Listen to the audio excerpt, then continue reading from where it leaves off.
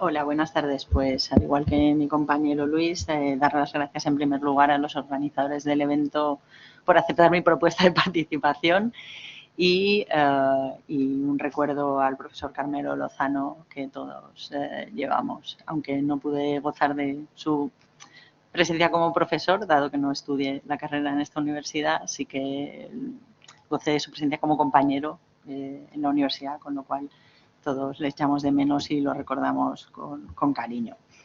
El tema propuesto en este foro aúna mis dos pasiones. Por un lado, el derecho internacional público, por supuesto, que es a la línea a la que yo me dirijo, y por otra, mi pasión secreta, que es el derecho procesal.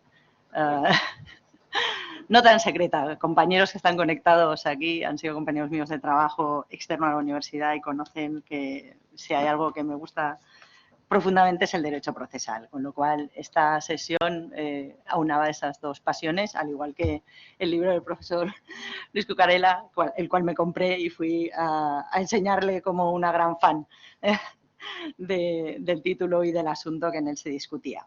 En cualquier caso, por centrar también mi intervención, yo voy a intentar seguir las líneas que ha marcado Luis, pero desde el lado del derecho internacional público y más concretamente sobre esta área tan especial y especializada que es el derecho internacional penal.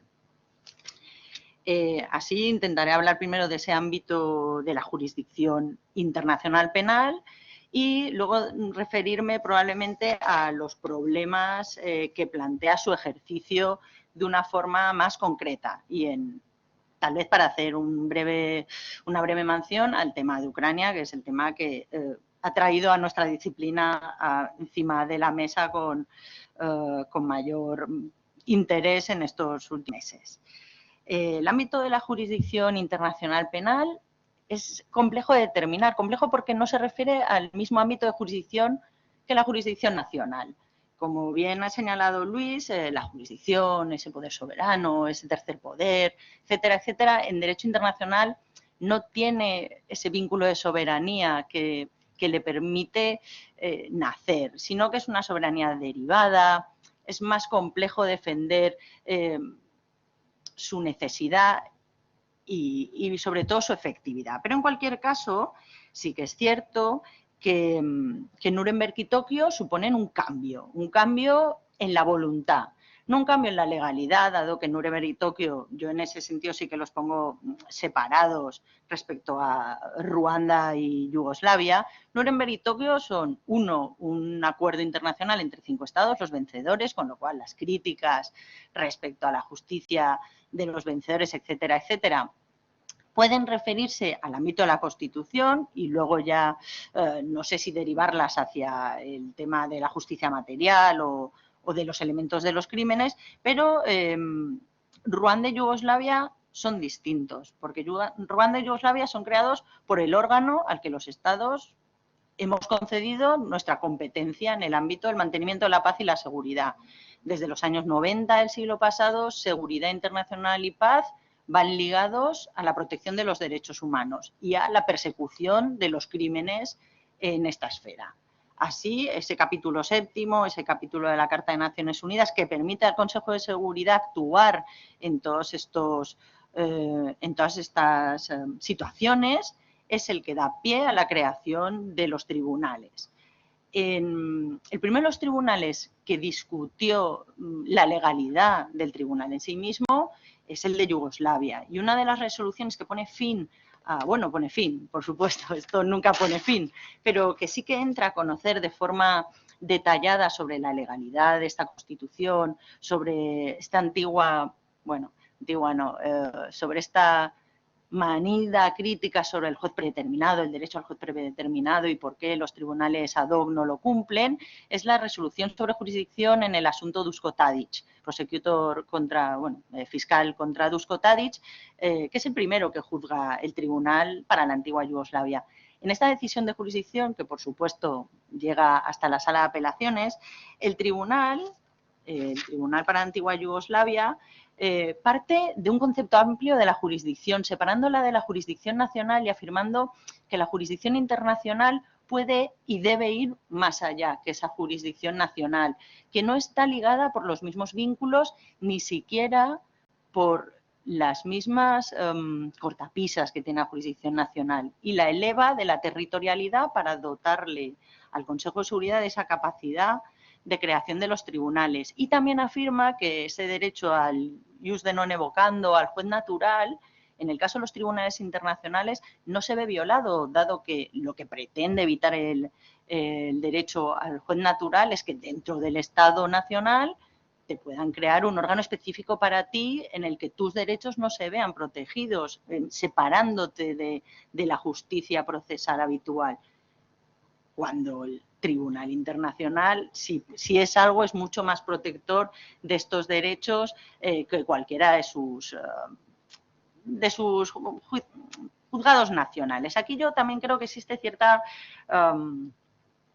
cierto rastro de desconfianza entre órganos jurisdiccionales, como si siempre hay alguien que es un poco trilero, que va a mover la modita jurisdicción y va a imponer otras reglas. Pero en cualquier caso sí que es así. En la decisión Tadić el tribunal afirma su legalidad y la legalidad de otros tribunales generados a raíz del capítulo 7º. La Corte Penal Internacional es otra vía, es esa vía que todos defendían cuando Nuremberg y Tokio cierran sus puertas, y es la vía que se establece como utopía durante los años de la Guerra Fría, etcétera, etcétera, y como también ha dicho Luis, a la que cuesta llegar y a la que se llega con mucho esfuerzo. Y es una vía que parte de un principio fundamental o una característica fundamental del derecho internacional público, que es así y que debemos asumir, que es la convencionalidad, el consenso de los Estados en cooperar, en cumplir y en hacer cumplir. El problema es que esta consensualidad choca con otros criterios que son los del derecho penal, que son los de la sanción, el de la obligatoriedad de persecución, el del bien jurídico protegido y el de ese bien mayor.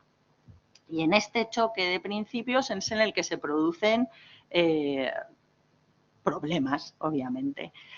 En cualquier caso, hoy por hoy, nuestra Corte, porque España es parte de la misma, es la Corte Penal Internacional, la que determina, o su estatuto es el que determina, por acuerdo de sus Estados partes, cómo se va a ejercer.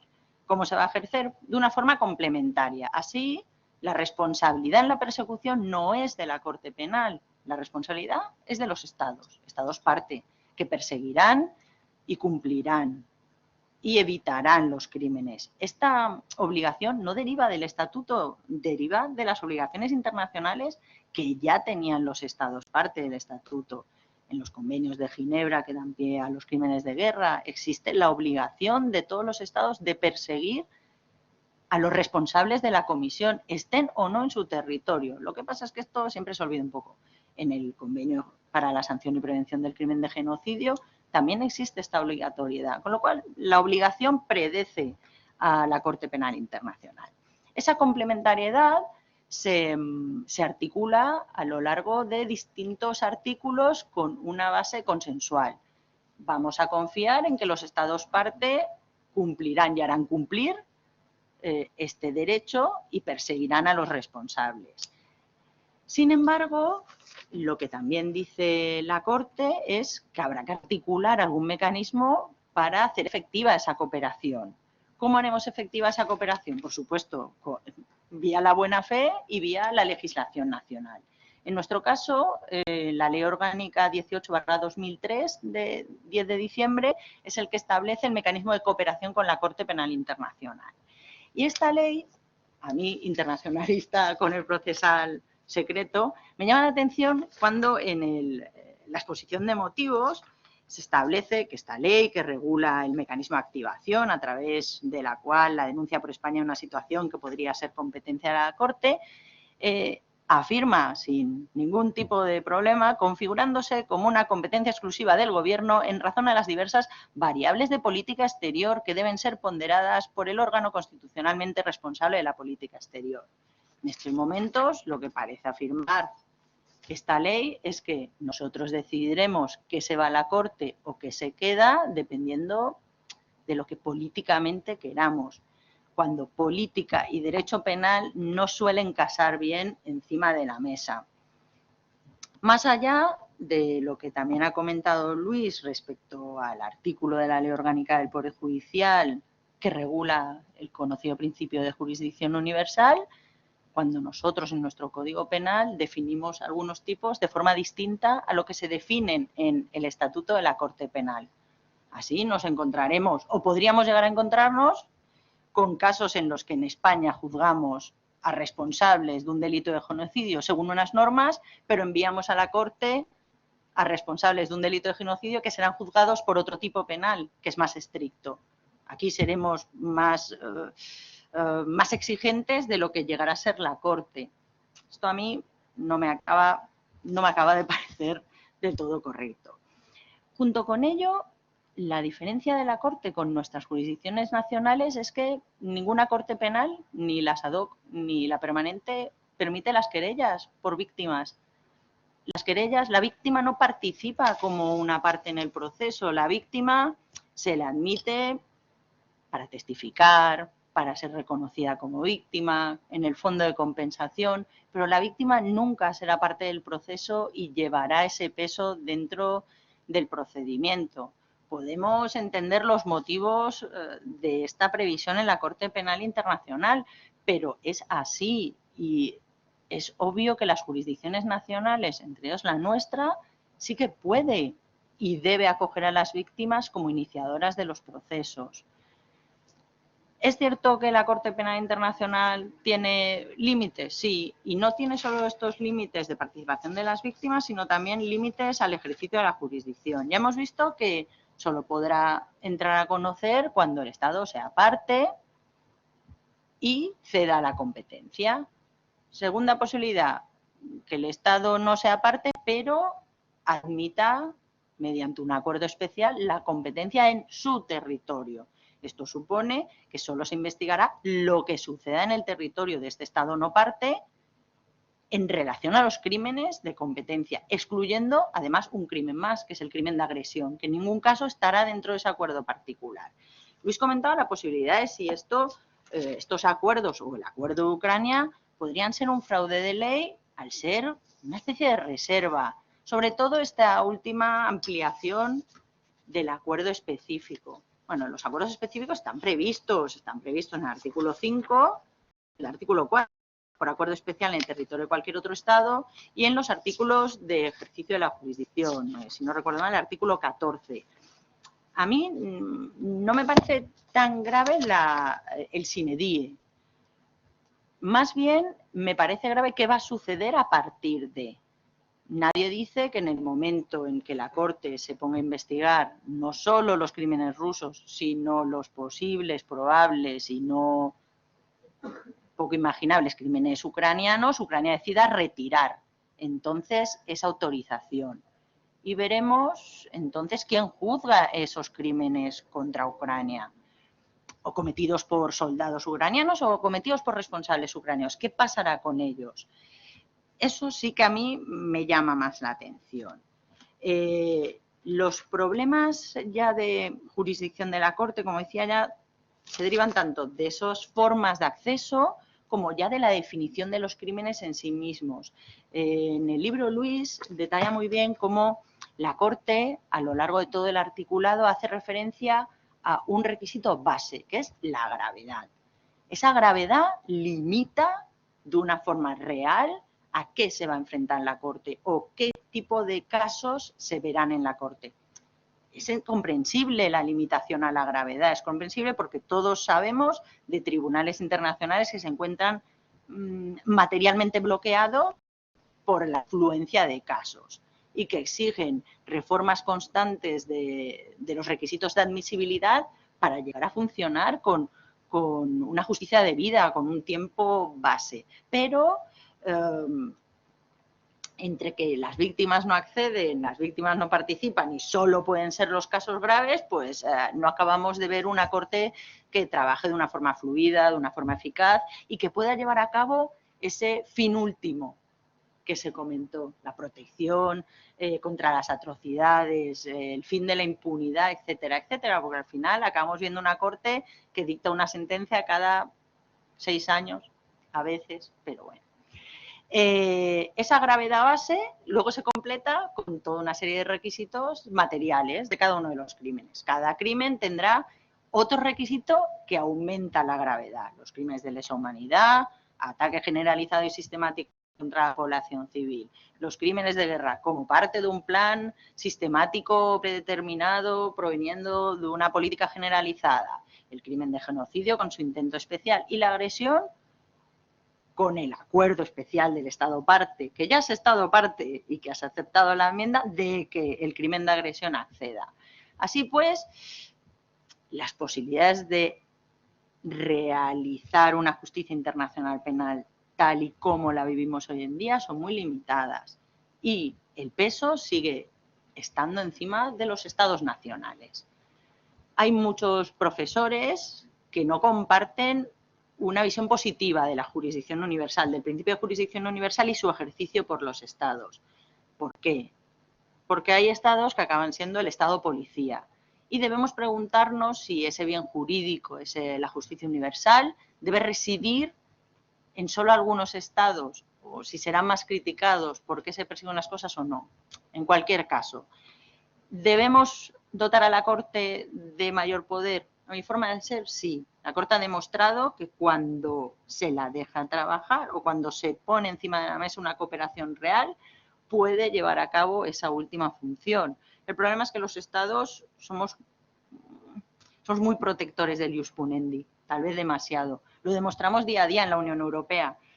Nosotros, que somos estados soberanos, pero que estamos unidos en una unión, que confiamos todos los unos en los otros, el marco de cooperación criminal es el menos desarrollado y sale una orden de detención y entrega y todo el mundo, ¡ah!, todo el mundo crashea por cooperar.